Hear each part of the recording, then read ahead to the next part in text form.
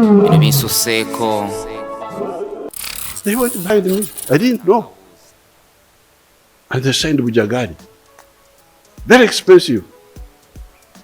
This is the one now distorting our prices. Kino kye nnalabye mu ka episode ako webadde annyonnyola. Yalaze obukambwe obulaga nti alina kye baamulimba ky'ataafuna nga ye personally. So si ku lw'eggwanga Uganda. Ekyo nedda. They went behind and then brought something called Umeme. Umeme. What is this for? A private company looking for profits? Ekyo nedda. Kakati njagala okugamba ne Wakayima we yalinga analya by'owa Kibe. Yateekangawo ebireeta wa Kibe. What's this? What are you looking for? If you had told me before, I would never have allowed it. N'omulumbi omulungi asooka kuwa mboozi ya mazima ejaawo era nga naawe ogiraba so nga emabega waakyo ye ate mulimbi era mukuusa. I didn't know. Baakunnyonnyola ki ekyo ky'otaategeera kye wejjusa olwaleero ky'olabye mu buvo n'obuddo nga tekyali kituufu ekikuyombya essaawa zino ku Umeme. The problem is that a middleman called Umeme comes in the middle, and then the other concessions. Nga yeggwe nnannyini kukwata omukwano gwo n'ekkalaamu yo n'osayininga ebiwandiiko ebyo. Kaakati nze bw'onnyinyonnyola ekyo ndaba nga mu mugongo gwo waliwo kintu kirala ekitambudde kubanga bw'otunira proprietors abakkiriza nti ffe bannannyini Umeme nabo oyita ba middlemen ggwanga lyo lye libulukudde mu kintu ekyo. Umeme will collapse. If it collapses, my mother died and I buried her. Also, Mr. Kaguta died. People die and the society goes on. Ate abamu baana bo nga bamusaayi bwo. Ntegeeza ki mu ekyo? Tunuulira Umeme oyaze n'abo abagirimu n'abaweereza okuva ku executive yaayo mpaka wakati waayo obuyinza buli mu baana. They went behind me. I didn't know. Kaakati nga tonnanenya Umeme nga kyo ekitongole kya Umeme sooka otuwe penalty kwabo ababadde mu Umeme na bute babadde bakubba tunaasanyuka kinene nga bali mu makomera abamu nga bagenzeko ne ku bulabba babe musaayi gwe abamu baŋŋanda ze bennyini saagala tukiyite eno bbali baana be baŋŋanda ze bennyini. Kaakati bw'aba agamba baamulimba batya n'aga nti ye yeebase ng'ate amala kunnyonnyolebwa ku kiwandiiko ku mukono ng'akitegedde. His Excellency President baba akulimba kakasa mbuufu bo ng'onoogamba nti this is securing your future nakyo ekisanja kunya mu kyezo tukwatire kwabo ab'eŋŋanda zo.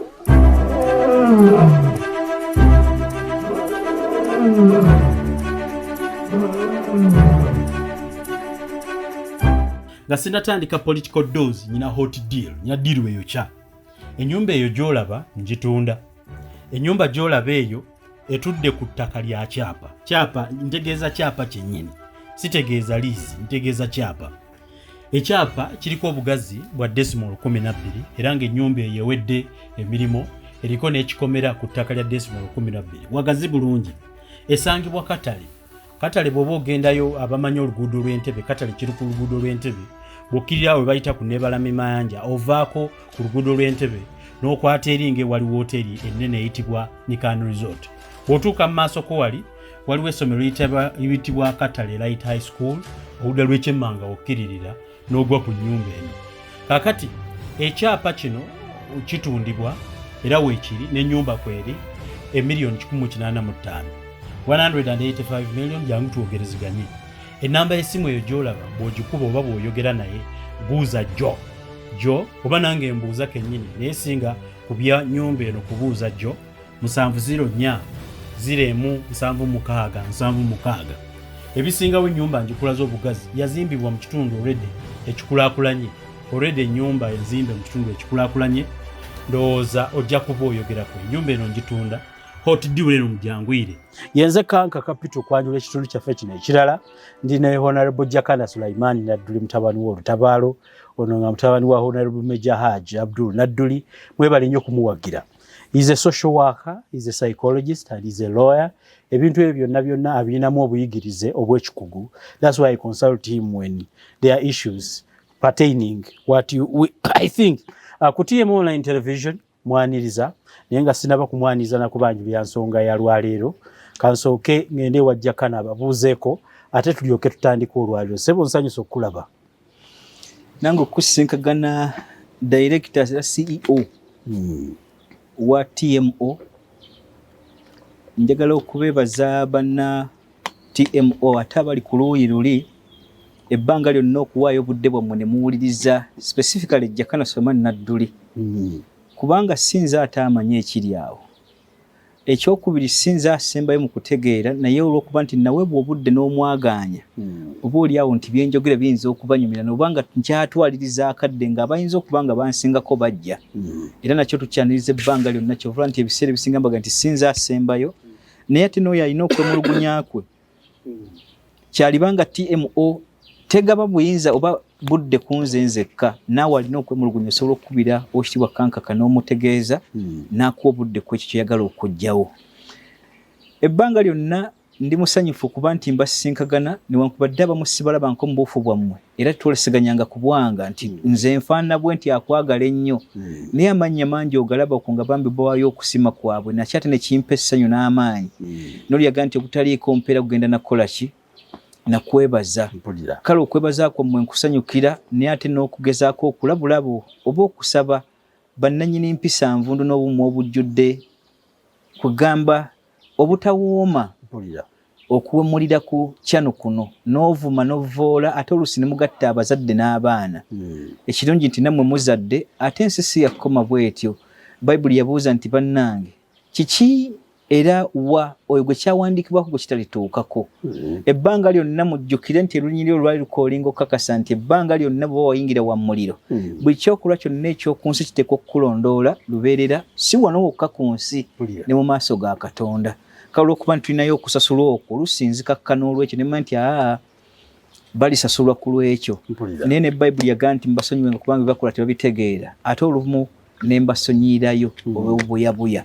Njagala okubeebaza banna TMO wamu ne bannabuganda bannanga batwala obudde obungi okusindika ensonga ze mwebuuzaako kubanga era ku episode yo nalaba emu gye twakola naawe oli yagamba nti nsaba mugezeeko okutunuulira butya musobola okunsomesa ku Ssekabaka Mwanga era yaziikibwawa kale tujja mukolerayo omusomo nga tuva ku Ssekabaka Ssuuna be bakabaka abataano okuvaawo okutuuka ku Oweekitiibwa Ssebufu Bwangolonda Muwenda Mutebi owokubiri ajja tutegeera Mwanga we yakola ki we yaziikibwa obulungi. Kale mu nkola eyo nja kukusaba nti bufunayo akadde tukole ensonga eyo ayagisaba asobole okugitegeera mu bufu bwayo kubanga nawo weetaaga obudde bwa ssaawa nga nnamba okunnyonnyola okuva ku Kabaka Ssuuna okutuuka ku Londe Muwenda Mutebi owokubiri. N'abasaba okuba bawuliza abalungi nga lubeerera tusobole okutambula. Katonda bampeera omukisa. Amazima tweyanza nnyo mu abaweereza ebirowoozo nate era amagezi ag'ensibo ngajja mu Jakana bwe mubiweereza ye anaamanya bw'abibannyonnyolamu anti obukugu obwoze sibulina. Obukugu obwange kwe kuddira ensonga zammwe ate nenzimutuusaako nate era nammwe nenzibatuusaako kiyite TMO gwe muleereetu gwammwe ate nga nze nnyamba okubanga ebirowoozo byammwe mbituusa mwongera obbiweereza. Kambatereka akatambi kano tulyoke tutandike. We have already done well with the electricity. If it was not for our corrupt and confused people who just go behind us and do cause distortions. Like for instance, the ones who signed Bujagari. Without my knowledge, I was here. I've been here in this government all these years. I had given them guidance on the issue of what they were calling AES, American Energy something. The company, an American company. That please, you can develop a private power station, but don't go beyond 4.9 cents. We signed in the agreement. There was a young white boy called Wright, Mr. Wright. He was the one representing that company. They went behind me. I didn't know. And they signed Bujagari. Very expensive. This is the one now distorting our price. They went behind and then brought to something called Umeme. Umeme. What is this for? A private company looking for profits. You make it a middleman between the generation of electricity and the final consumers, including the factories, your factories which you want to create jobs. What's this? What are you looking for? If you had told me before, I would never have allowed it. I didn't know. So we are now, the electricity is now cheap at source, at generation, except for this Bujagari. The problem is that a middleman called Umeme comes in the middle, and then the other concessions, they are like as if they are sick. You look at somebody, you think he's sick. What are you looking for? Do you care for your country? So the war I'm having now is that no, for the industrial parks, and I want you to support this. You write it down in your minutes. But when you came to Entebbe, an old man told you that now the powerful industrial parks will go straight from generation transmitted direct, not through Umeme. Oh, Umeme will collapse. If it collapses, my mother died and I buried her. Also, Mr. Kaguta died. People die and the society goes on. So if Umeme dies, that's their mistake. Okay, akatambi ako nga bw'okalabye yoyo president w'eggwanga nga yeemulugunya ku masannyalaze kangende ewajjakana butereevu nga ntandika. Sebo gwe akatambi kano wakalabyeko? Akatambi kali on judicial notes now, and whoever is in Uganda nkakasa nti ng'abadde nnyo ku mikutu gino egya YouTube oba kituyita social media, akatambi akateeka okubanga yakalabye era nga akamanyi. Irrespective awamu nti network etawaanya oluusi ne data, ngera bwe tusasula amasannyalaze n'emisolo gy'abamasimu n'ekituyita airtime kyasukka, byombi byebimu. Kale waba yogera ku Umeme na kinaateeka okuba nga akyogerako, naye nga kinjagadde otutuukako nti akatambi kali buli wamu. Era nange nakalaba ng'omu ku abo bakwatibwako mu nsonga ezimu mu kunnyigiriza, kubanga soogeranga ate oluusi ku lwa bannayuganda nange nnyigiriza owaki onyigiriza wamu naffe. Naye ate oluusi bwe twogera ne kifuuka eddoboozi ku ebyo bisobola okukyukako, bweba bisobosa okukola ki? Okukyuka. Akatambi nakalaba ne neewuunya era nennyamira kinene nnyo. Naye mu ntandikwa ennyangu banna-Uganda okutegeera ebigambo bino, tulina kubijja ku nsonga 17 zamuyingiza mu nsiko ezo zaateekebwawo mu 83 ze tuta 10 points program. Emuli ennyingo nnamba 7 eyogera redressing all the errors committed by the past regimes. Akantu ako kakulu akagamba ako bwe tuba tukwogerako olwaleero, njagala ategeera 10 points program ezo byonna ebikwategana ku ggwanga biggwera omwo. Economy oba ogyogeddeko, bw'oyogera ku social oba obyogeddeko, political oba ogyogeddeko, religious oba ogikoze eki? Ogyogeddeko. Ze pillars 4 oba 5 ng'otaddeko religious etugattira awaki? Awamu. Era kye kizimba eggwanga Uganda. Kaakati bwe nalabye akatambi ako kanzizizzaayo emabega, kubanga akatambi ako bwe kanzizizzaayo emabega ku nnyingo 10 ezo zaabateeka mu nsiko, Buganda yali esinga okukaayana. Lwaki nkonye ku Buganda mujja kitegeera mu maaso awo. Naye ennyingo nnamba 7 mu nsonga 10 eyo ate yo kamenyo emalayo zonna ate ziri 9. Ennyingo nnamba 7 ega nti we shall redress all the errors committed by the past regime. Tujja kugola ensobi zonna ezaakolebwa zi gavumenti ezaatukulembera. Specifically tuva 62 twafunira obwetwaze mpaka His Excellency President waali. Ebbanga lyonna kye mbadde mutegeeza nti kebera nko mu Isaaya yeeyo togenda kuwulwa kojjamu yadde okunoonyaamu. Kaakati Isaaya ye kwe kuva mu 62 mpaka waali oba we yayingira mu bukulembeze. Nsobi ki ezo zitugamba zituteekeddwa nga ffe banna NRM oba bannayuganda nga gwe His Excellency President z'oteekeddwa okutereeza? Nzijukira bulungi mu 86 bwe bali bakutikkira statement yo enkulu mu bigambo wayogera njagala okutuukako, then kyokka ntunuuliza ekintu kino eky'amasannyalaze. Wagamba nti this is not a mere change of guards but it is a fundamental change. Akagambo ako kakulu. Lyongerako ttaayi wali waggulu wali ku nooti awo ennyini awo. Oba okitegedde bulungi? Nti it is not a mere change of guards but it is a fundamental change.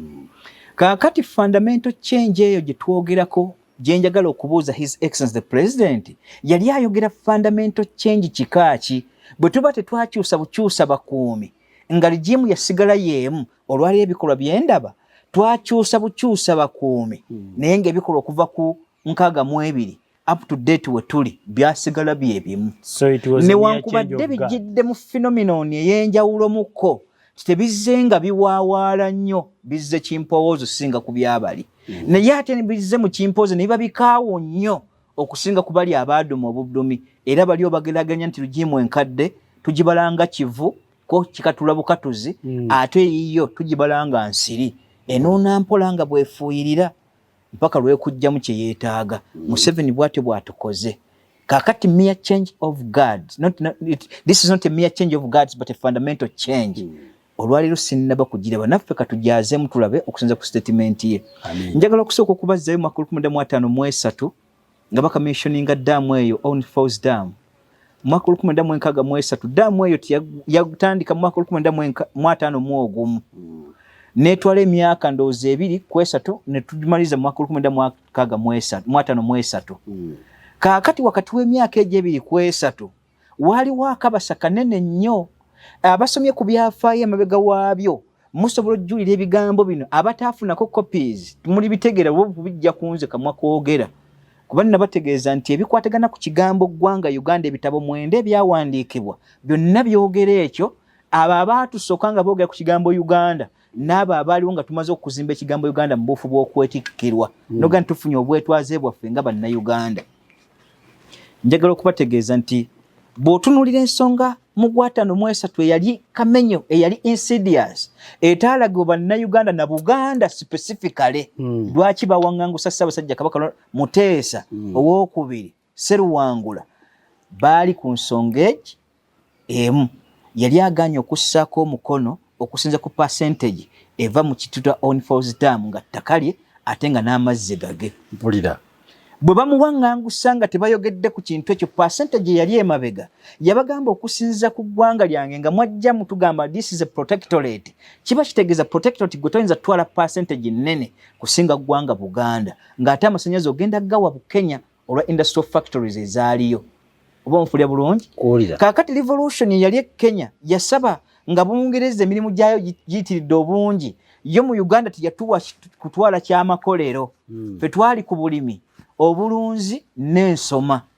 bali ne batwala Kenya ekyamakolero factories ne bazisse Kenya bono yo Mungereza yali wano mu Buganda naga nti nze kambaguze masannyalaze nja kufuna percentage eyo kyekimu ku ntonokeze zaali tukuteekawo on falls dam eyo gy'olaba mu 55 mpaka mu mwaka gwa 1953 kati Oweekitiibwa Daudi Kabaka Muteesa abagamba nti percentage eteekeddwa okufuna ng'Obwakabaka bwe Buganda eva ku kino terina kubanga yenkanankana nammwe newankubadde mutaddemu ssente nnyingi nja kukkiriza musooke muggyemu ssente zammwe omugabo tugutandika oluvannyuma lw'okuba nti muggyemu ssente zizimba ddaamu endagaano eyo yaleeta obuzibu bungi ate nga yali mabega nnyo era yanyiiza Gavana Cohen n'ategeeza n'abakyala wa Bungereza ntufunye akabasa kanene twalibanga tugenda gootaanibwa mwe mwavu olukwe kamenyo olwaleeta Ssaabasajja Kabaka osooka muwaŋŋangusa olutaayogerwa mabega wa bino newankubadde factors nnyingi ng'ezaleeta French Revolution naye entonokeze yali egi Maria Antoinette Kasita yagamba nti omugaati oguba gubalemye okugula mulye keeke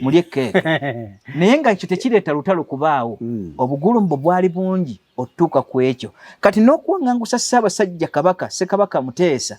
obugulumbo obulala bwali weebuli naye ekikulu emabega waakyo gwe mugabo ogwali ku on falls dam nga bannyonnyola nti oluvannyuma lwammwe nga mumaze ekyo ekitono ssente ze mutuwa ziteekwa okubanga nnene okusinga ku mmwe abaakola naye tusobola okukkiriza mu myaka nga 10 ne musooka mugyamu ssente zammwe ez'okuzimba ne tulyoka tukkiriza nze nannyini ttaka era nze mutaka atwala ettaka nze Ssaabataka akagambo ako tebaakaagala ekimu ku byali emabega okuwaŋŋanguka kwa Ssaabasajja Kabaka nsonga eno yo ngitegedde leero baali bagamba baali bakisa ne Museveni we bazze mu archives z'okutunuulira ebiwandiiko ebize bitambula teri ndagaano gye batasomye bwe babimanyi naye babibisseeko emabega nti tuli mu kigambo Uganda naye ng'emigabo gyaffe egitwaliddwa mu kigambo Buganda ate bo tebakkiriza kuleeta minyago egyo gidde waffe nabo tebataddewo kye tuyita equal share contribution bakoze bukozi bitaliimu ng'ate endagaano bazisomye n'ebyazirimu babimanyi ebyo Museveni abimanyi kaakati nga tannaba kuwalira ku kigambo kigamba nti baamutega omutego gwa Umeme ng'era ba middlemen ba bulooka. Nsooka kwebuuza mu bintu bisatu. Fundamental change gye njogeddeko eri etaaliko okugamba nti mere change of guards, akagambo ako kakulu. Number 2,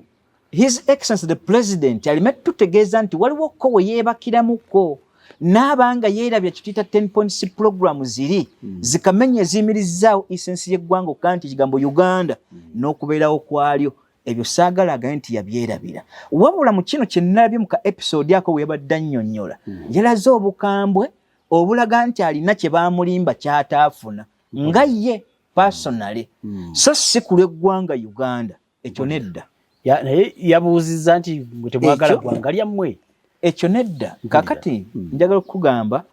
ne Wakayima we yalinga anaalya by'Owakibe yateekangawo ebireeta Wakibe. Oba nfuna bulungi? N'omulimbi omulungi asooka kuwa mboozi y'amazima egyawo era nga naawe ogiraba so nga emabega waakyo ye ate mulimbi era mukuusa. Kaakati bye bino His Excellency the President nga gwe Kamenyo Fountain of Honor olina kye tuyita Fountain of Honors Act ekuwa obuyinza bunene mu bintu ebigeneralizing eggwanga nti omukono gubeera gugwo. Baakunnyonnyola ki ekyo ky'otaategeera kye wejjusa olwaleero ky'olabye mu buvo n'obuddo nga tekyali kituufu ekikuyombye essaawa zino ku Umeme. Nga yeggwe nnannyini kukwata omukwano gwo n'ekkalaamu yo n'osayininga ebiwandiiko ebyo ng'Oweekitiibwa Muteesa gwe wadda mu buufu bwe kuba naye yaliko pulezidenti bwe yasayininga ekiwandiiko ekyo nga n'omugabo gwe agubanja ku lwabali. Kaakati nze bw'onnyinyonnyola ekyo ndaba nga mu mugongo gwo waliwo kintu kirala ekitambudde kubanga bwe otunira proprietors abakkiriza nti ffe bannannyini Umeme nabo oyita ba middlemen ggwanga lyo lye libulukudde mu kintu ekyo ate abamu baana bo nga bamusaayibwo. Ntegeeza ki mu ekyo? Tunuulira Umeme oyaze n'abo abagirimu n'abaweereza okuva ku executive yaayo mpaka wakati waayo obuyinza buli mu baani. Kaakati nga tonnanenya Umeme nga kye kitongole kya Umeme sooka otuwe penalty kwabo ababadde mu Umeme na bute babadde bakubba tunaasanyuka kinene nga bali mu makomera abamu nga bagenzeko ne ku bulabba olw'okunyiga ggwanga kubanga bw'oteekawo etteeka ly'okubba omusolo n'ekyo nkakasa nti baakuyita mu lukujjukujju ne babba musolo ate nga guli walagira nti abo batteeke ku kalabba kubanga essasi ku nnyama kiba kitegeeza ekintu kirala. Omuntu yenna eyabba omusolo butereevu alina kyabbye. Museveni yalagira ateekebwe kalabba. N'abo akalabba yategeeza nti ku basasi ku nnyanya oyadduse omusolo gw'eggwanga ne guba miliyoni emu mukube asigale. Ababbo bombi weebali olwaliwo wemulugunyizza kwabo abaakuterawo nga bapopuliyeeta. His Excellency President baba baakulimba kakasa mbuufu bo ng'onoogamba nti this is securing your future nakyo ekisanja kunya mu kyezo tukwatire kwabo ab'Engandazo. Awo tujja kukkiriza nti ebigambo by'oyogera byabaddemu amazima n'obulumi. Appropriation ya Umeme n'okugimuleetera ogimufuulira bulooka bantu bakulusegere be babe musaayi gwe abamu baŋŋandaze bennyini saagala kitukite eno bbali baana be baŋŋandaze bennyini. Kaakati bw'aba agamba baamulimba batya naga nti ye yeebase ng'ate amala kunnyonnyolebwa kussa kiwandiiko ku mukono ng'akitegedde. Ngera Muteesa bwe mbannyonnyodde yasse ekiwandiiko ekyo ku mukono nga kkiriza ddaamu eyo ebeerewo n'ettaka eryo teyagamba nti eddaamu eyo tugiwa bannayuganda ekyo kiri mu Bwakabaka bw'e Buganda ku White Nile yaffe yawano ate yaabwe ye bannayuganda. Saagala mutugambe nti ate emabegaawo mulina kye mubugiriza bingi bye mututte nga bya Buganda mubifuula ebya bannayuganda nga temutaddewo kintu kyonna kiraga nti ate nammwe nga bannayuganda mulina kye muleese. Awo era bwe natunuulira wano Mayega ebituli bye mulabamu bingi obutatunulira nsonga ezo ku Bwakabaka bw'e Buganda ku misolo egyo. Kaakati temunnaba kukwata percentage ya Buganda for ever since 1953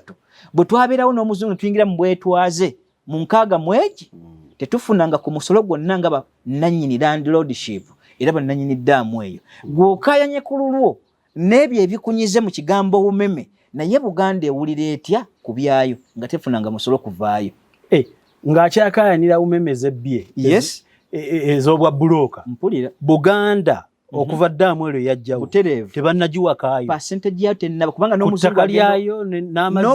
agenda okuvaawo yali alina tutwala emyaka 10 nga tannaba kusasula Buganda okuva mu mwaka 1953 yendagaano kyesoma naye nga percentage yaffe yali alina okuba ebitundu 65 ku buli 100 nga 35 by'ebyomuzungu byagenda okutwala bifo nga tunnaba kwefuga gavumenti byebeesigaza yasikira bya muzungu butereevu ebitundu 65 ku buli 100 sente ziva mu Umeme oba mu Uganda Electricity Board nga bwe kyali ne tugivaamu ne tugamba mu UDCEL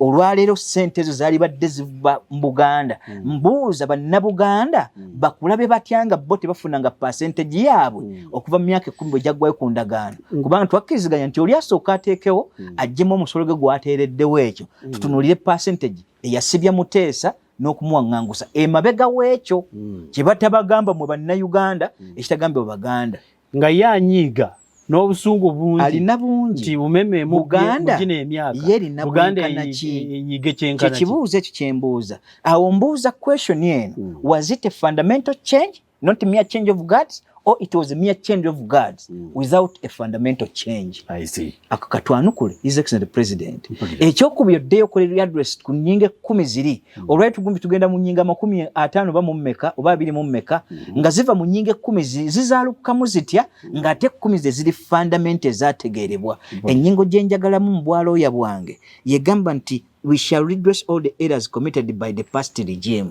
Ate olwaliro His Excellency President tutambuliddemu errors zezimu abaffe awaliwo enkwatagana waliwo okulaga nti waliwo amazima mu ggwe oba waliwo essubi tuyinza okukusuubiramu gwe ng'okyakanira Umeme kukulimba Buganda n'omusolo gwayo gukwatagana ku kigambo on Falls Dam gye twatuuma Nalubaale Dam tetuyinaako na musolo n'ogwo ekyo tukigambe kitya Buganda tuveeyo tutya tukaayane Mayiga wo byakoze mu Bwakabaka bwa Buganda tubina kibiziza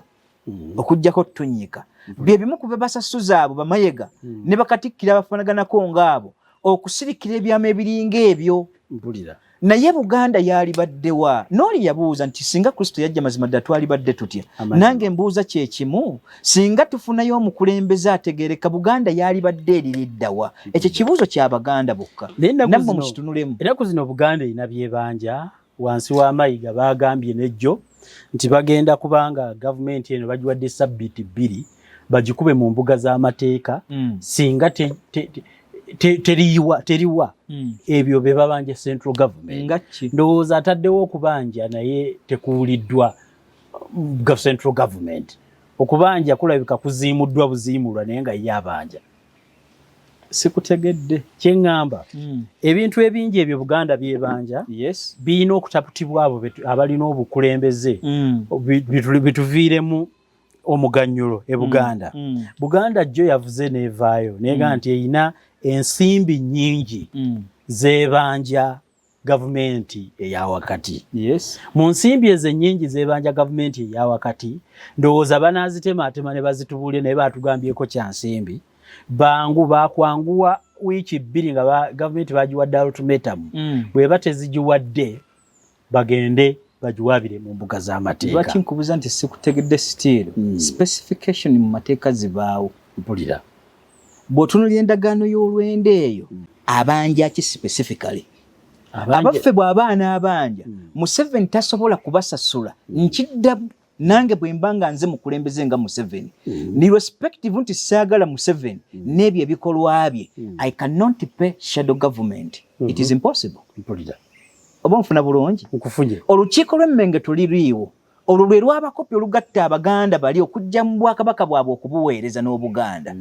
abataka b'obusolya hayirako yabwe mwagisuula Ssaabasajja Kabaka ne Katikkiro baasigalawo abantu aba babiri be balabika kw'ebibiri ebyo okukakasa nti bwe Buganda onfuna bulungi mbuuza agenda sasula ki mu mateeka ekitaliwo nga n'olukiiko luliyo si mu mateeka sirulonde anaasasula baani tasobola kubawa ekyo saagala beerimbe Mayiga wakati wo ne Museveni kumwe kwe kuli ayinza okubaazannya ddikooyi atasobola kuwabula munne naye ate ono looya yali badde ategeeza His Excellency President n'amanya kiki kyateekeddwa okukola era ayita muki bw'oba olina by'obanja nga ssente tubuuza bagenda sasula abantu babiri Katikkiro ne Ssaabasajja Kabaka mpulira bino byetwogerako byogera properties za Buganda tezoogera property for Ssaabasajja Kabaka tekyawukane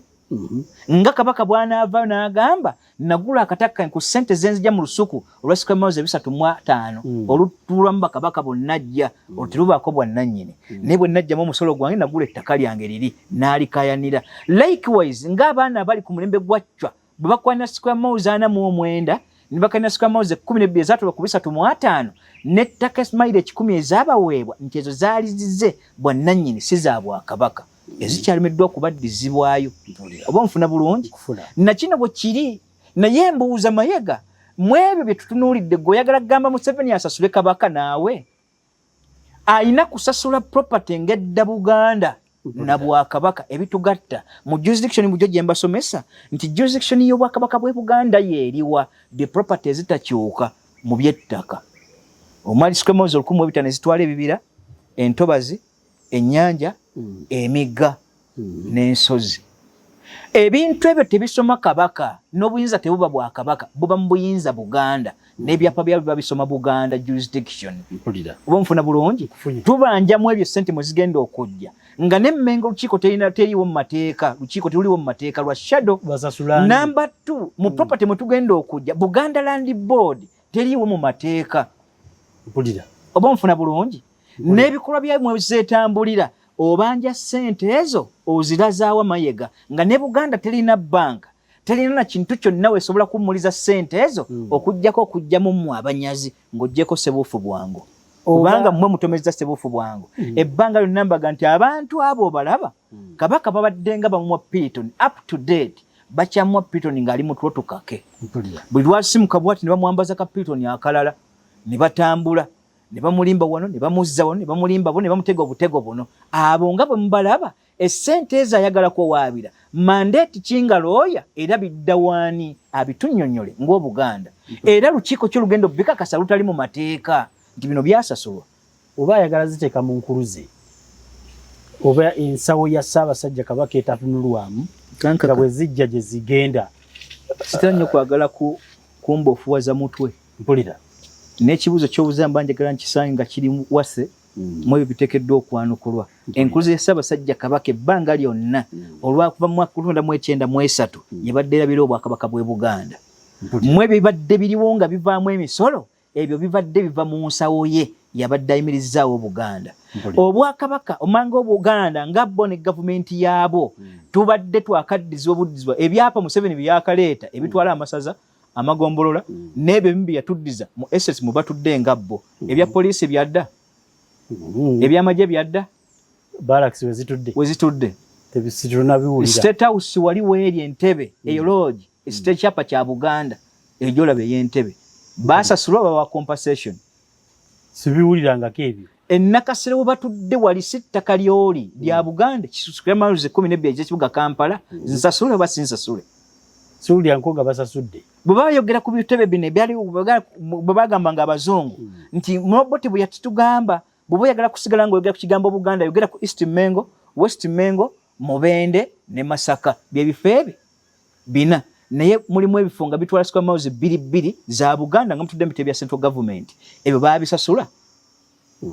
si bisasule kaakati ebintu ebikwatagana ku Buganda n'okuyimirirawo kwayo mu administration etwalibwa Katikkiro byali badda wawaabira omusango n'oga nti ogwo waabira nga mu mateeka naawe Katikkiro nga bw'olirooya olukiiko luliriwo mu mateeka tosobola kuwaaba ng'ate naawe toliiwo mu mateeka akantu kano kabadde mu episode ya Fedo gy'otannaba kussaayo gye twayogeddeko kubanga abantu bangi badde babuuza kika kya Fedo kiggwe ky'oyagala ky'otutegeeza ye episode gye twakoze na wano kankabateyo ne mujja kukasanga mu Fedo system muli njagala kuddayo okujjukiza ku ekitiibwa Mayega nti before Billy yali Mmengo nga mwali akola ennaku z'omwezi nga 4 ogw'ekumi Billy owekitiibwa president yayita Haji Nadduli nabga nti ebbanga lyonna bwe twali babiri mu nsiko era akasaka ke twatuula mu gwe wantegeeza ennyinga eyogera ku Bwakabaka w'essaali era ne kyessajjirira n'enkwanukula ebigambo bino nti bwe tuliba tuwangudde ng'Abaganda abasinga obungi kyebayogera ekyo tugenda okussa mu nkola ne tuvaayo n'akasaka mu ebyo baayogera mwe mwali ensonga za 10 points program zonna z'owulira zaava ku abo babiri kutuula mu kasaka k'essaawa 5 ze baamala nga bayogera onfuna bulungi kaakati mu 2 ayita owekitiibwa Nadduli amugamba nti waye mulimu bye muŋŋamba nga bye twateesako mu Kasaka njagala ombuulire Buganda biki bye mmanja mbigiwe olwaleero pulezidenti we yamuyita 2 ng'ennaku z'omwezi 4 omwezi gwe-10 yagenda n'owekitiibwa Meeja Ndiwalana ne bagenda abantu aba basinkagana Kalamojja ne basinkagana owekitiibwa minisita owa trade Ameria Kyambadde ne pulezidenti be baatula mu nsonga abantu aba pulezidenti abuuza Haji nti ebbanga lyonna nnoonya ebyammwe bimuyita ebyaffe olwaliro njagala kubaako byenziza bidde gye muli naye ggwe mbuulira Buganda emmanja akimbi giwe ne batandika okutuula olukiiko lwatuuza essaawa ezi 3 ne bawandiika ebigambo bino His Excellency the President yagamba nti tertiary institutions zonna okuva wezitandika mpaka gye zisoma zonna zidde Buganda okuggyako esembayo enkulu mu ggwanga Uganda Makerere n'agamba nti universities zonna eziri mu Uganda ng'oggyeko Makerere University zonna eziri mu central government zizzeeyo mu mikono gya Buganda onfuna bulungi n'agamba senior secondary schools n'okuva ku primary schools zonna ng'oggyeko senior secondary school emu n'agamba nti zonna ziddewa n'agamba nti amalwaliro gonna agali mu Uganda yonna mu Bwakabaka bw'e Buganda ng'oggyeko Mulago Hospital byonna obuyinza buzzeeyowa Buganda n'agamba nti feeder roads ne tarmac roads ezo nesekeddwa okukolebwa mu Bwakabaka bw'e Buganda ng'oggyeko kolansi yekka mu nguudo ezitaala enkulu mu ggwanga Uganda ezo ziddwa Buganda yebeezikola onfuna bulungi ne tuddeyo ku nsonga y'okulonda Katikkiro we wali akabasa akanene ke baalwawoko nga bateesa n'amuga nti gwe tufunyeyo akakiiko tugenda okufuna akafu aka Electoral Commission kayambeko ku Buganda esobole okusawa akakiiko ako akagenda okukkiriza ababaka bali balondebwe nga bajja butereevu okuva eri balyoke bajje jjukira ekyo kye kyakiteekeddwa okusooka nga tannazza properties ziri onfuna bulungi ne bagamba batya nti ensonga yonna ekwatagana ku by'obulamu mu Bwakabaka bw'e Buganda eddiziddwayo okuva wansi mu Health Center 1 mpaka Health Center 4 onfuna bulungi mpaka ku ddwaliro esembayo ebiwandiiko ebyo bagattako ekyakkali kya yonna entayale nga bwe yali bukolokolo ke katundu 2:46 mu constitution Museveni n'agamba nti konna nkasitudde nkazizzaayo e Buganda 2 ng'ennaku z'omwezi 4 omwezi ogw'e10 bwe babikwasa owekitiibwa Nadduli bamutume wa Ssaabasajja Kabaka atwaleyo ebintu ebyo n'akwatagana era n'owekitiibwa Meeja Ndiwalana n'agenda naye n'owekitiibwa bagenda babiri bwe bajja Mmengo bakwatagana ne Wasajja oyo omulangira Wasajja oyo omugwegwenyufu ne bakwatagana naye ne bagenda wa Ssaabasajja Kabaka ebbanda okumusisinkagana bamuyitiramu ebigambo ebyo byonna nti mukama waffe bino byonna abituddizza Kabaka n'abuuza ekibuuzo nti abaffe bulijjo bano bwentuma bonna babadde bateesa ki gwe babikuwadde mu lunaku lumu nti mazima ddala bibino mbireese Haji n'amugamba ebigambo bino mwe bannayuganda ne bannabuganda abali Emmengo abateeseteese emisango gy'okwowaabira aliwa oli n'abagamba nti yagamba Ssaabasajja Kabaka nti Wambwa bw'aba ayigga amaddu ga mukama we n'agakola ki agagatta bano b'obadde otuma omwoyo gwabwe gubadde gukulembeza bibiina okusooka nga bw'alaba nga ekibiina kye tekiifunemu Obwakabaka tabutwala n'eddiini ye bw'alaba nga talina weeganyuddwa bireese si wa ddiini ye ebyo tabitwala be Bakatuliki n'abakibayita abadippi bali abalimu omusaayi gwa Ssemwogerere ogutaagala Bwakabaka bwa Buganda era bw'osoma constitution ya Ssemwogerere dippi lukulwe terimu kigambo kigamba nti mona kizimu erimu kigambo republic teyogera ku Bwakabaka be baliyo olukiiko olwo Ssaabasajja Kabaka mu biwandiiko ebyo babimukwasiza mu ngalo namuga nti ekifaananyi kino kijja kuwa obuufu kimbadde wa His Excellency the President baali babiri ne President Kabaka bwe yaweera Nadduli ebintu ebyo n'abikwata n'abiwa Ssaabasajja Kabaka n'ekifaananyi ekyo Kabaka yayitirawo olukiiko luno wammanga gwe Mayiga ow'ekitiibwa ayagala okuwaabira oli njagala kulaga bino soko tunule mu nsonga ezo yagala okutwala otwala nsonga ki mpulira namwalimu Speaker wa Buganda omugenzi kati Mahabuba Ssemakula mwalimu Lawyer Ssempeebwa mwalimu Ssaabalangira mwalimu Mrs Mpanga maama wa Mpanga oyo n'Empanga mu kakiiko ako yalimu mwalimu owekitiibwa Ssaabasajja Kabaka Ssebufu Bwango owekitiibwa Haji Nadduli ne bayita abala Oweekitiibwa Nadduli Kibaale oyo Katikkiro wa Kijje mwalimu omulalaani abantu gegamanya genkyajjukirako mwalimu ne bishop omu baali bamuyita Yowaana Mukasa abantu abo baali bawera 10 n'abayita n'abanjulira ekintu ekyo n'abaga nti bino byonna bituwadde okuva ewa Ssaabasajja Kabaka ewaani wa pulezidenti byenkumanyidde omuli amasomero ng'ovuddeko Makerere University yokka university zonna zaali zizze Mmengo amasomero gonna tertiary institutions zonna nga zikomyewo wa enguudo ne tunuulira enguudo nga zikomyewo culture hole baagizza ne kkooti zaako ezakisekwa mpulira okuva 2004 Ssaabasajja Kabaka olukiiko lwe yalaga Haji Nadduli lwe lukiiko lwennyini oluli Mmengo still olwakuba ensonga ezo kyembuuza tebaayagala gwe baabiwa kubireeta lwa ddiini oba lwa kibiina oba lwakuba nti munne wa Museveni okusinga bo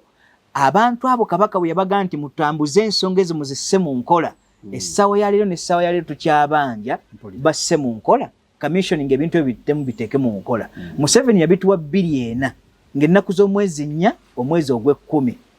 kaakati ntunuulira Mayega n'abantu abali abeebunguludde Ssaabasajja Kabaka still nga be bakyali Mmengo mugenda kuwaabira ki ng'ate yabawa ebintu ebyo ne mubizira abalemesa 2 be baagala okuwaaba 2 njagala kubuuza Mayega ebyo tabimanyi era tabitegeera mpulira baabituwa ne babizira kyessaamanya nti yali ddiko ya Museveni nga yabayitamu naye ate yatayinza kulimba newankubadde Museveni abadde ayagala Buganda teyalirimbye Oweekitiibwa Nadduli kubanga akimanyi gwe yayita yali omutuufu ku nsonga ezo yali nannyini Kasaka mbuuza abali Mmengo temwasima busiimi Nadduli kujja na bintu ebyo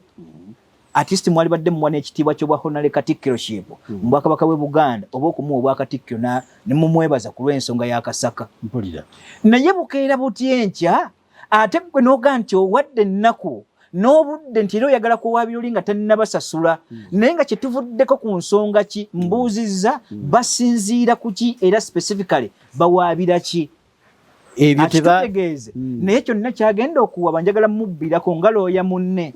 ategere nti kyagenda okuwabira mu mateeka tekiriimu gw'obanja omubanjiza ku ki gw'ataliiwo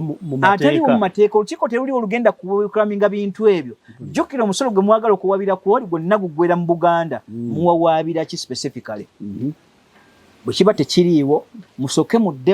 mulidwe singa obwongo bwammwe tuwawaabira nsonga ki ku Museveni ezo sente ze tumubanja ezigenda okudda gye tuli era zigenda kukola ki era tuziwummulizaawa awatali bbanka awatali lukiiko lwa Mmengo awataliwo bataka ba Busolya kubanga ne mu bataka ba Busolya obufu bwabwe bonna baaboonoona n'ensolo zigenda mu 30 ku bataka 5 eyo ye Buganda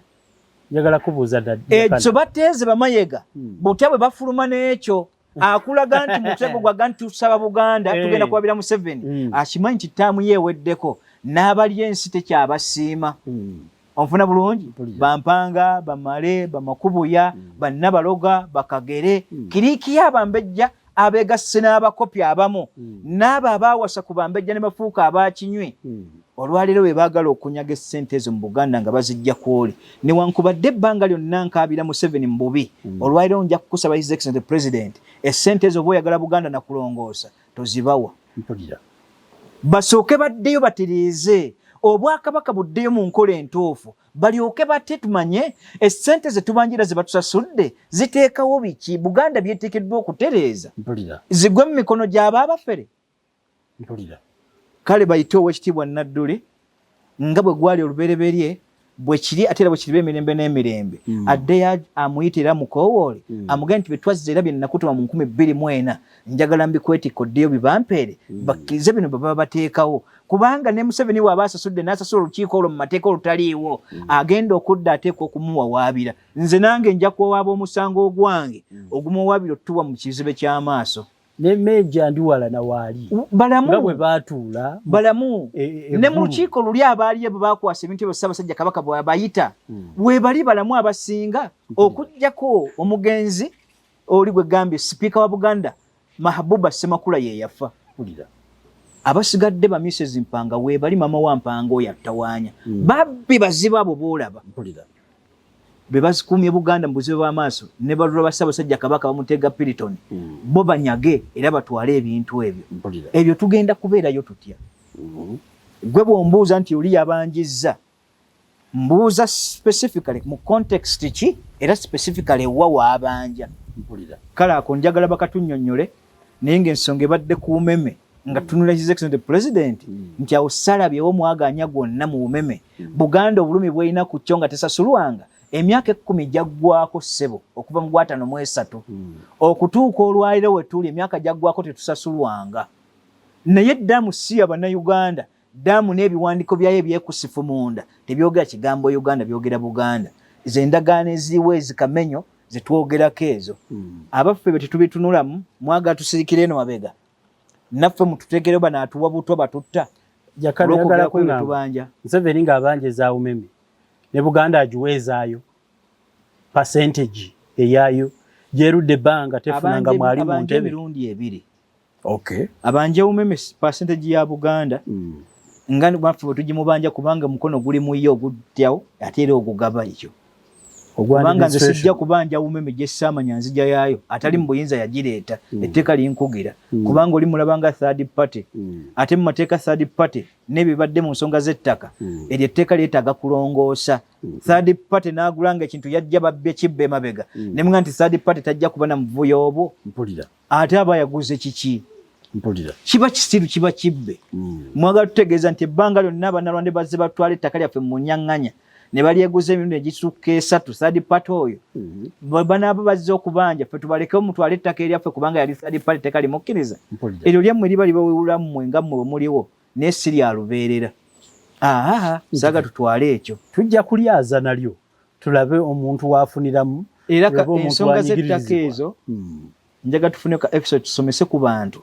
obubbi bw'ettaka butandikirawo buva n'obuddo bwalyo bukomawa naye tuyinza okuluukira mu nju ennene nga teyenzibye enkulu era bonna bw'ekitiibwa Betty Kamyanga ayogera ku nsonga twateekawo mateeka agakwata oyo omusirikale yenna oba public servant yenna awerekera ku nsonga z'ettaka nga balibba obumenyi bw'amateeka nakirabira ddala ng'ate akuba His Excellency President nanjuye kyesinnaba kumanya agenda kukwata baki bw'aba takutta abo University yaffe baagitwala nga Genosale aluweereza Red Top akuume Katerega atabba ekyaffe naye ng'ekyapa kisoma Luwero University ne nannyini ba property ba Luwero University aji Nadduli ne banna abantu 7 ate gwe n'okuuma omubbi anyaga ng'omyoli license emuteeka mu university ye ate nga bwe twatulera university bwatugenda otutuma license nga university ya Luwero esinga universities 3 okuba n'ebizimbe bituufu ffe baatugamba muteekewo library ennene ejja mu level ya university ne laboratory era twabissaawo kwe kuleeta affiliation ya Katerega sobola okutambulira awo ate baabituwa byanyagirwa mu bwemiti na lusawa ya leero tukanudde maaso eyajja mu affiliation ye yagenda n'ebisigadde baawa Red Top ng'ayise mu Genosale ne batwala ebyaffe era Genosale answer gye yatuwa nga tugenze Galugo muwa wabira ensonga aji yamuga nti ndi mulwanyi munnammwe naye muntu anzibe nga nammwe muli wano nembasaba license nga ne Gulu University mwaji wanga Gulu University yali etunula tya kitigumu ne muji wanga baali basomera mu miti mu Luwero mwe mwalwanira nze nsikole university yange mu Nnemese namuga nti aji omusajja otoyinza kumwongerayo kadde namuga nti ofeti kyawule ne ku nkoowa y'omuntu gy'akoowamu ey'obukyawe ebintu biri byanjawulo njagala kubuuza Genosale obo temwamwongera budde ki mu kututwala mu nsiko mwate musobola kumwongera budde aji nkutegedde mukulu baaba nkutegedde kale katukole ku nsonga n'olwaleero bali ku nsonga eyo twagendayo 2 ndoza yali 2 ogenda ku nsonga ezo n'essaawa yaleero okuva mu 2 sala atunula mu nsonga eyo teggwanga akyagituliramu alaika akyatereeza NADS ne bonna bagaggawali abantu banaamala okugaggawaza so anadda ku nsonga gye butavudde wala ensonga ze tubaddeko ezoogera ku ekyo His Excellency President resolution yeeno bw'oba oyagala okutereeza eggwanga Buganda ne Busoga mu ebyo ebyanyiizibwa tunuulira nnyo era ofeeyo nnyo mukakase nti emigabo n'eminyago gye mututte gibamala mukkutire ku egyo olwaliro mutunuulire ensonga emu Bannayuganda n'eggwanga Uganda tulitunda tutya ate tulibumba tutya buto Netuddamu okutereeza ezo ensobi ze tugamba redressing the errors committed by the Pastor Jim mu nnyingo yaffe ya namba 7. Kituwa omwaganya buli muntu omuyite mu siteeke yagitwale n'omugabo gwe. Nammwe musigaze obulamu obw'okubeerera obugenda okuba obulungi mu nfuga yammwe. Bwe tutaakola ekyo kuyita bantu abo kuddamu tutunuulira mbeera eriwo n'okulongoosa ebirivaamu birijja kuba bibi ate bannammwe bye batagenda kusiima. Kale mu nkola ey'obumu obuwangwa ennono n'empisa muteekeddwa otambulira mu kigambo unity in diversity nja kukusaba okoola ekintu ekyo okizze tutunuulye butya busobola okutambulira ku keeke ey'awamu awatali mu busosoze kulowoleza kutta on'okutta oli gwe bw'olifa osikidde ani omubi gw'okakasa nti ddala agenda kuddya mu bigere atwale ekyobubi kyo muggwe ekikulimu kigende mu maaso bwe zitaliba ntalo. Kale mu byo akantu ako bwe nakalabye nga akanya ku nsonga ya Umeme nabye nga ate kyennyume mu kyo nti kyateekeddwa tutunuulya Umeme yokka obunyazi bubadde bungi naye ng'ate baana bo baganda bo ba musaayi gwo. Kale mu nsonga eyo nja kukusaba nga ggwe Fountain of Honor oddemu oyite ate era otunuulire butya butusobola okuzzayo eggwanga mu kigambo securing your future mu nkola ennambulukufu era ennuŋŋamu. Okusinziira ku Jakana Sulaiman Nadduli bw'akinnyonnyodde ntegedde nti newankubadde bbulooka Umeme anyiiza Museveni naye ate Buganda obunyiivu bwayo tebulina kipimo. Gwate okuva lwe baateekawo ddaamu endagaano ne zikolebwa nti Buganda yakufuna ebitundu ebisinga ne gavumenti eyaliwo myaka 10 bajjeyo ezaabwe okuva olwo tefunangayo yadde 10. So nzikakkanya obusungu bw'oli eyakayanidde bbulooka ate ne neegattira wamu nyiige n'oyo anyagiddwa akaseera ono tayogera. Kaakati nno nga bwe mubanja bbulooka Umeme olw'okunyigiriza abanyigirizibwa mu nsonga eyo ey'ebyensimbi mubanjire wamu n'ezaffe Buganda zeebanja sebuufu bwango obukulembeze bwa butebenkeze ku lwayina ebibye ebyatwalibwa naye nga temubituulidde. Programu zino mwenzije ebyokuyiga ng'ebyo naawe ali eyo njagala okitegeere nakitegeera luli Jakana lwe yakihintingako kati nakinnyonnyodde deeply nti ddaamu eyo eri mu Buganda nze nno mu kusooka nali mmanyi eri Busoga nandowooza nti ya Busoga naye ddaamu eri ku mazzi g'omu Buganda era yazimbibwa ku ttaka lya Buganda. Nalubaale ekyebusoga era bagiwa Nalubaale ddaamu. Nalubaale ddaamu yes yaffe yawano mu Buganda era okuva edda nedda omuggo ogwo gwe gwawula Busoga ne Buganda.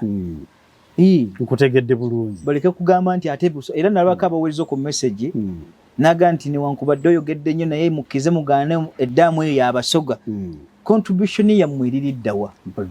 ate Busoga ne Buganda ekibakanyisa sikiraba. Abakulembeze bayitirivu nnyo abaweebwa ebitongole n'emirimu emirimu egyali mu Bwakabaka bw'e Buganda nga Basoga be bagirimu ne mutuuka n'okuli Obwakatikkiro nga kaggwa Musoga munnammwe Serebe kaggwa kifeefe. Olwaleero mwagala kugamba ki? Tuli ekintu kyekimu leke kugamba bino bya bufuzi batabula tutandika okusongana Buganda ne Busoga tewaliwo agenda tugattulula tewaliwo amazima ebyo bye muliko mbu ate kati yali eno jurisdiction bagenda ziteekawo mbu ate tutwala jurisdiction za muzungu endagaano y'olwende jurisdiction yazitukubira yali ani Buganda udi yalisanga ne jurisdiction za commissioningibwa ne zikakasibwa buki bukakasibwa n'omuzungu ebintu biti yabituwa yatukubira bukubizi ttaka naye teyatugabira ttaka yasanga ebika byagabanyizibwa dde ettaka lyabyo nga bwe tutambula naga nti okujjawo bino katukube ettaka lino tuliteeke mu papula ensonga gyetuko yateeka bipapula bintu ebyo biteeka mu mpapula so sigamba yatugabira ettaka ne jurisdictions za Buganda gye ziyita n'eggambo Uganda yazissa bussa mu nkola ng'oggyeko ebitundu biye bye yaleeta olwa interest zaabwe n'abamawanga abali mu colonies endala naye wano Buganda nga territory ya Buganda jurisdiction gye ziri gye zaazisanga era buyaga ne Buganga ezibwe yakaya n'ennyo mu Morrison's report amasaza agabiri gaddizibwayo saagala mugambe ki oba ki bwe biri mpulira amazima yenze kanka kapita okusobola okumoderatinga amagezi ag'ensigo gano ekitundu kyaffe kino ekyokutegeera ensonga eyo nakyo bwe nkiwunzise mbasabye mutuwe ebirowoozo saako n'okugabanya ate era muyite abatamanyi bayibye bw'oba tomanyi toddiramu mu butamanya iddiramu mu kuyiga kyoyize kitwali kyeweebuuza tuli kuddira nandi kisigo watutumye wano naye twewa omulamwa okubanga tugukuleetera nekyolibuuza tujja kufuba okulaba nga tukiwa ekitiibwa tukikuleetere mbasiibudde mweraba.